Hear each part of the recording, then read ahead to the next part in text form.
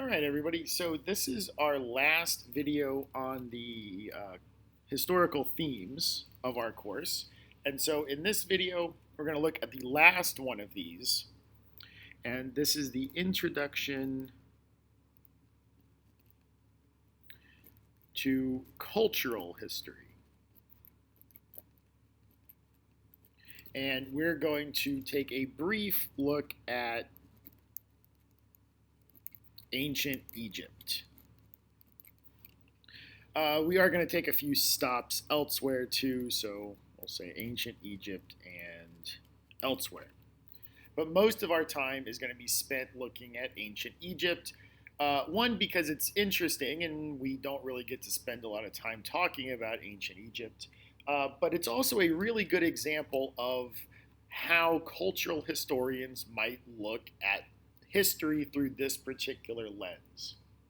So, what do cultural historians look at?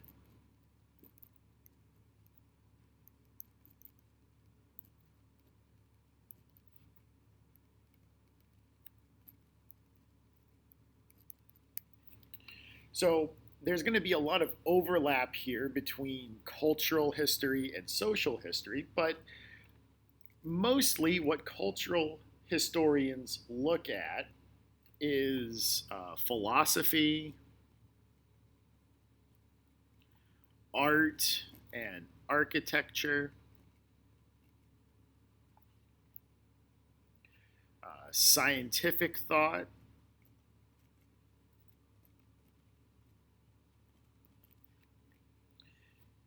education, and literature. So we're going to look at a lot of that stuff here. There's also one more thing that cultural historians look at, and it's the thing that is the biggest part of cultural history, and that's religion. So religion and religious belief systems are also part of cultural history, but we're going to leave them out for now because we're going to do our whole next unit on world religions. So I'm going to leave that out for right now, but this is going to influence a lot of the stuff that we talk about here. So we can't omit it entirely, but I'm not going to focus on the religious side of culture right now because we're going to do our whole next unit on world religions. So I'm going to omit most of this right now, but it's kind of hard to because it has such a big influential effect on every other piece of culture. So let's talk a little bit about ancient Egypt. Just a bit.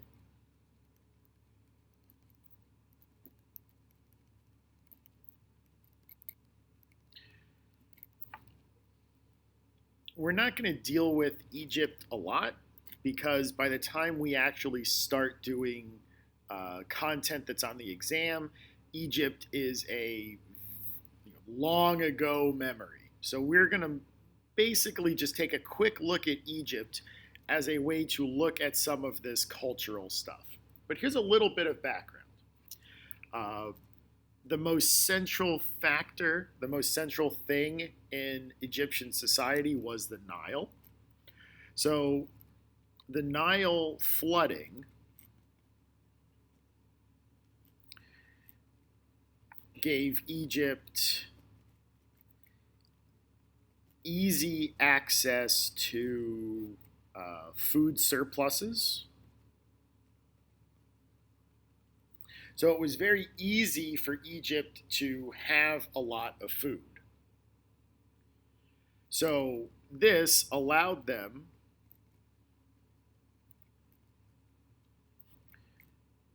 to focus on these cultural things maybe earlier than other societies.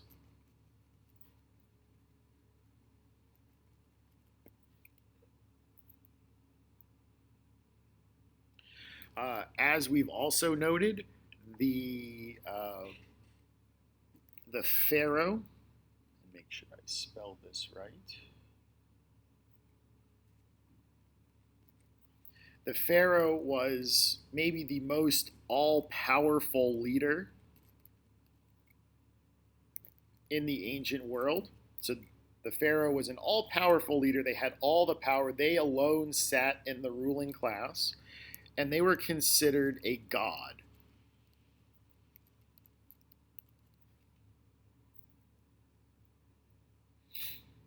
So this person was maybe the most highly regarded leader in the world. So they were actually considered a god, not just related to gods or chosen by gods.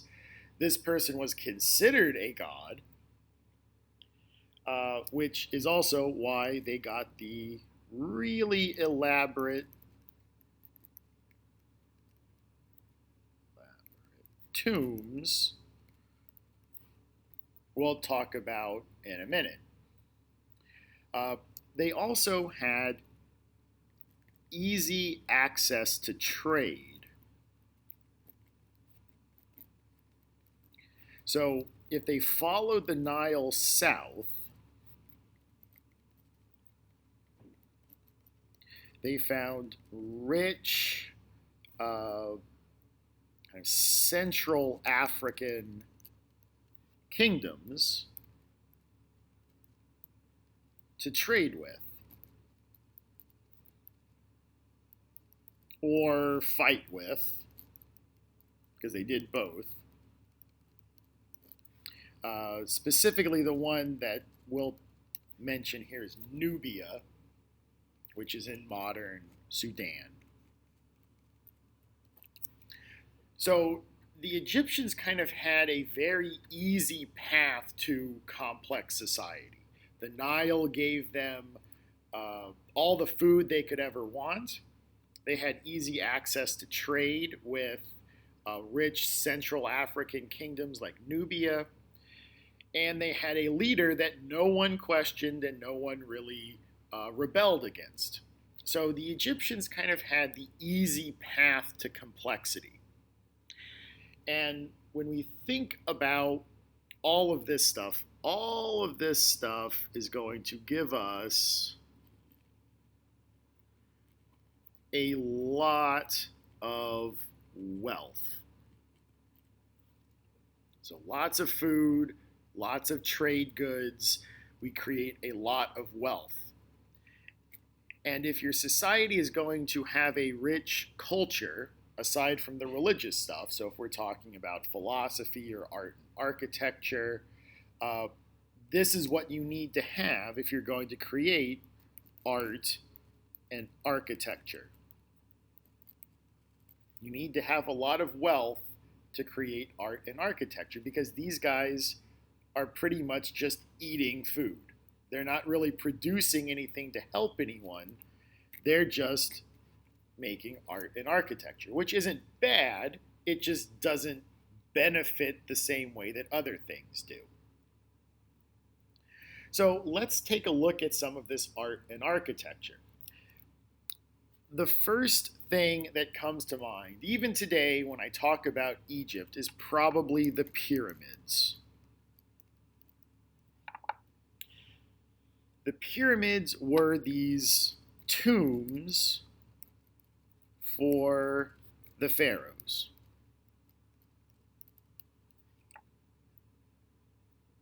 And because the pharaohs were considered to be gods, they needed to have a really elaborate tomb. The pyramids fall into a category of architecture called monumental architecture.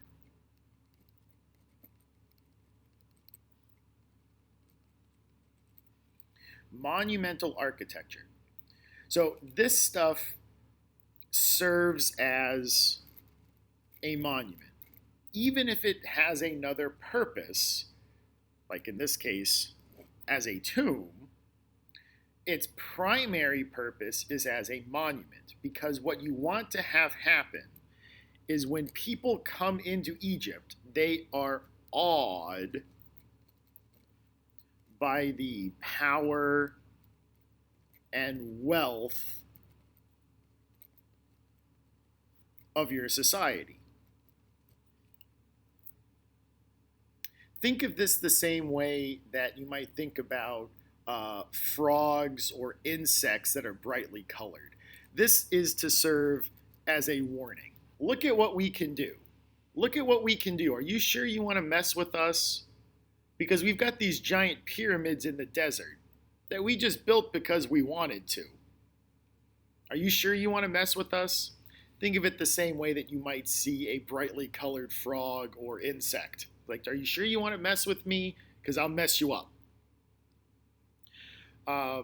And think about at the time, if you were wandering the desert and you saw a giant pyramid coming up over the horizon, you might want to go check that out, either to trade with them or just to see what the deal is with this giant structure. It also served as a warning, of course, but we're going to see lots of monumental architecture. The point of monumental architecture is to show off the power and wealth of your society. The pyramids are just the best and maybe longest lasting example of that because we're still talking about them.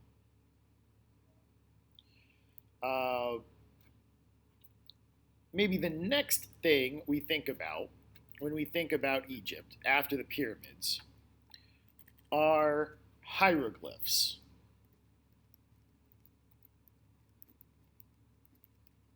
Hieroglyphs are maybe the second thing we think about when we think about ancient Egypt. Hieroglyphs are the ceremonial writing script seen on Egyptian tombs and other religious items.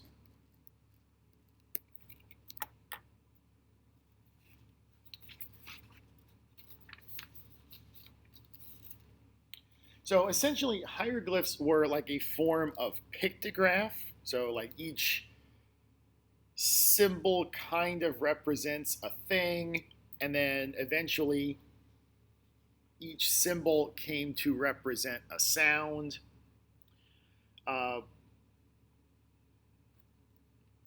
Usually, writing evolved as a way to keep records.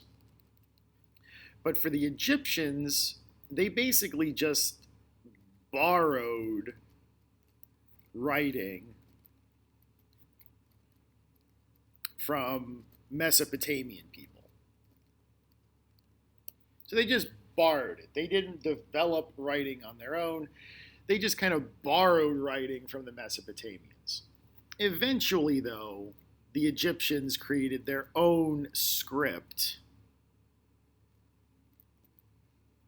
for like everyday writing.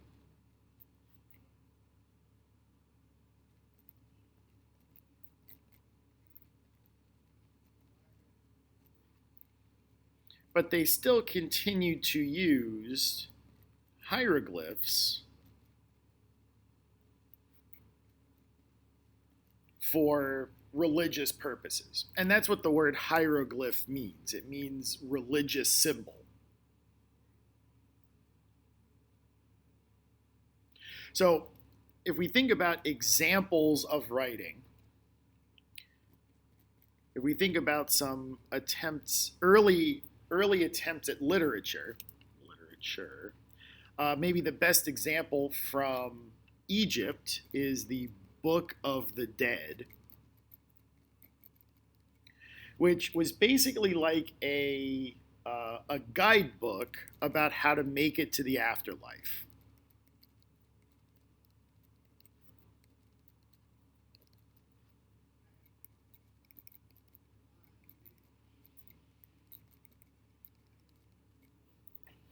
So it basically described the process you should take to get to the afterlife.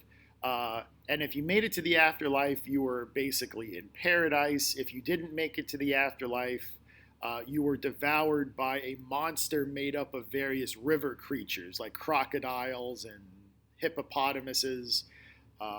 So either you made it to heaven or you were eaten by some sort of horrible river creature monster. But this tells you basically how to get to the afterlife. But maybe the most famous piece of literature in the ancient world is not Egyptian. It's called the Epic of Gilgamesh. Gilgamesh was a Mesopotamian king. So he was a Mesopotamian king. Specifically, I think he was Sumerian. It doesn't really make a difference for us, though. He was a Mesopotamian king, and the story is, the epic story tells how he was 2/3 God and 1/3 human. I'm not sure how that math works, but that's what the story says. He did all sorts of supernatural tasks. Like he fought the bull of heaven and fought and defeated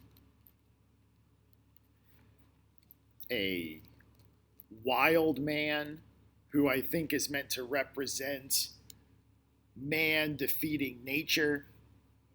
So Gilgamesh was a real person who did all sorts of supernatural things and later became a god. So after he died, he became a god. So in a lot of similar ways, this also kind of reflects the story of Hercules, who I think the Greeks borrowed pretty heavily from when we think about Gilgamesh and Hercules' stories.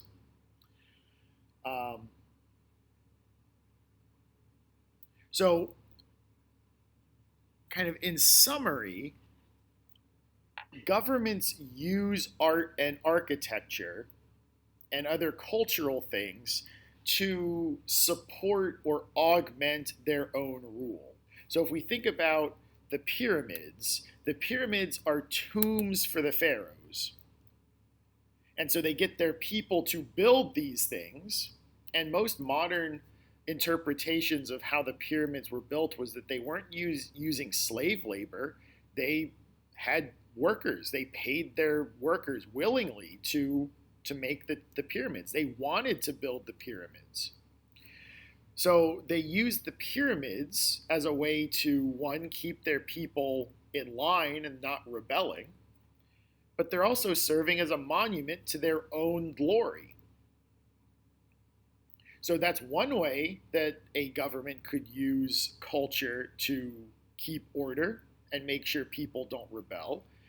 A place like Sumeria might use the story of Gilgamesh to also help keep order. I mean, we're going to make our king sound like he's, mostly God, and take over nature and fight supernatural monsters. So if we can create these kinds of impressions of leaders and connect them to a religious component, that helps to keep order. So culture is not just a cultural thing. It's not by itself. It's connected to the other things. So these are overlaps between like culture and politics. What we just described talking about the pyramids kind of fits in this overlap between the cultural stuff and the political stuff. Now, there's one more spot I want to take us to, and we haven't really gone here yet, but they bear some discussion at this point, and that is the Western Hemisphere. We haven't really talked at all about what's going on in the Western Hemisphere. And we're going to bring them up slightly here. We'll talk more about the people in the Western Hemisphere later. But for right now, I want to bring up another cultural component, and that is scientific thought. So, at this point where we are in the ancient world, there is no such thing as science. Or at least there's no science as we know it. People are doing scientific things, like for instance, medicine didn't really exist, but they did know that certain herbs or plants could help with disease. And that's true. There are certain plants, certain herbs, certain spices that actually do have medicinal value. And they were figuring it out thousands of years ago, but we wouldn't consider that to be medicine. They just kind of did trial and error until they figured out stuff. In a similar way, the Olmecs and the Maya in Central America, modern day Mexico, had super reliable calendars. They had very reliable calendars, and they had these calendars developed through basically watching the night sky.